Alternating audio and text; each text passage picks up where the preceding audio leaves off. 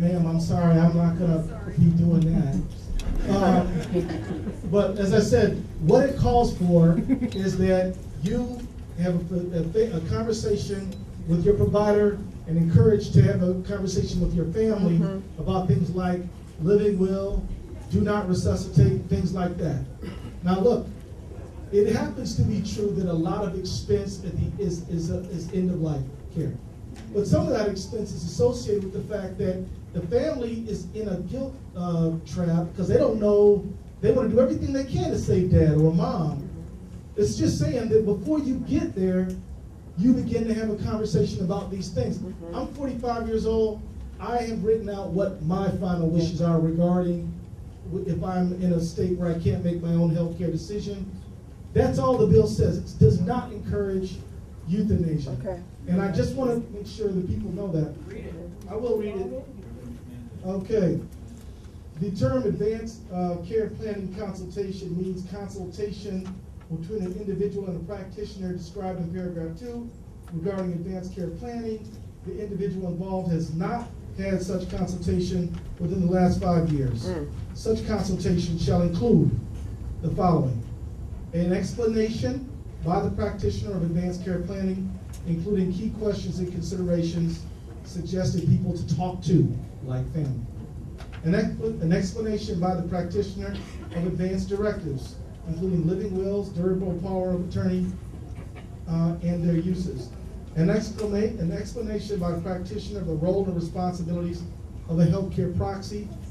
The provision by the practitioner of a list of national, state-specific resources to assist consumers and their families with advanced care planning, including national toll-free hotline, advanced care planning, and an explanation by the practitioner of a continuum of end-of-life services, supports available, including palliative care, hospice, and benefits for the services and supports that are available. So I'm talking about this because I know that on certain radio stations, people are saying euthanasia, euthanasia, euthanasia. I want you to know what exactly it says, and then we can have a debate. The provision is 1233. Let's talk about it, but I'm of the belief. I'm 45 and I can, bench press 225 pounds and run 3 miles. I'm in good shape. I can probably outrun my son over there. He says no way. He says no way. Okay, I'm just kidding about that one. But my point is that all of us need to think we don't want to think about, which is our last stages. But let me just say this, and this is coming from your congressman. I am morally opposed to euthanasia. I won't tolerate it. I'll never vote for it. I hope somebody has me on tape, because this is my firm belief. Now, that's what I'm telling you. What about I will not tolerate euthanasia. Now, people want to talk about this issue of pro-choice versus pro-life. I'm just going to be frank and tell you that Americans are of very different opinions on this issue, and we will not solve it here, and I will not allow this forum to turn into an abortion debate. Thank you. Okay? So, let's go debate that one some other time. But as many people who are firmly opposed to abortion, there's as many who believe it should be safe, legal, and rare. So I'm not going to walk down into that valley of conflict right now. Okay. So with that, if there are other folks who want to address some of the legitimate questions that are raised. Now I want to say this to my panelists, and I love each one of you guys. Please try to direct your questions not to an inspirational point you want to make, which are also very important, but to specific issues raised by people here today. Can we do that? Who wants to go? Dr. Merritt. As a physician, I want to comment on some of the things that came up. The first one is the personal responsibility. And as a physician, I absolutely agree that everybody needs to take a part in their own health. There's no question about that. The thing is, whether there's reform or not, whether it's the government plan, private plan, no plan, everybody needs to do it, period. Whether there's reform or not, everybody needs to take responsibility for their health. It will help cut costs no matter what happens. So it's really a non-issue and has nothing to do with the reform debate that's going on right now. Secondly, I wanted to address the claims that were made about the Canadian system.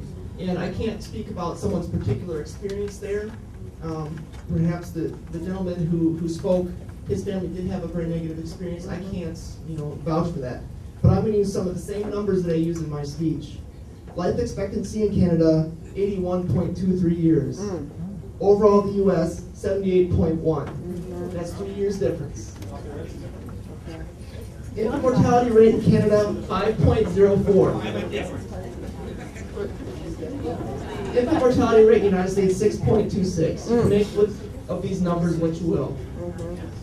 And also the number of doctors leaving Canada. There's been a net gain in doctors in Canada since 2004. More doctors have moved. More doctors have moved to Canada since 2004 than have left Canada. Okay. Do any of our other panelists want to take on some of these questions? Let me say, somebody wanted to know whether I put my family on this healthcare system. Let me just tell you, the system, just to be answered you the question, the answer is yes, I would. I would. Let me also say that it includes 3 aspects. Let's not lose focus. Employer-based healthcare is not going away. Well, it isn't. I'm sorry. I'm not going to get into this thing. Look. The fact is, if people do not respect each other, we're not going to be able to go forward. Now, if that's your goal, then, well, I'm sorry. I tried to get to you. I walked down this aisle. But the fact is, we can talk afterwards. But employer-based health care, there's nowhere in this bill that says no more employer-based health. It's not in here, folks. Now, there's some scare stuff going on, but it is not in this bill. It is not in here. It's not. It's on page 16. It says that. I read it. Well, look. Go on with your statement. It's not, I know, people want to do this, but it's not helpful. You've made not your comments. helpful. Have we listened to everyone we could listen to? Yes. All right. My point is, there's nothing in here that says into employer-based health care. Let me just say this. In Wisconsin, when it comes to prescription drugs, in the state of Wisconsin, there is a public option. The private insurance companies are not out of business for drugs in Wisconsin. But I'm afraid to hand insurance companies who have a right under McCarran-Ferguson to not compete all this money without some mechanism to make them compete. And in my view, that is the public option. So it's just a matter of opinion. I'm for the public option. I made that clear, and that's my opinion. Let me keep looking here. We already addressed long waits in Canada. Nutrition, no grocery store in some communities like here north. Let me tell you, the built environment issue that my friend Phil raised is critically important. Even if we fix the healthcare system, we still are going to have disparities unless we create an environment where people can promote wellness, not just try to fight sickness. Okay?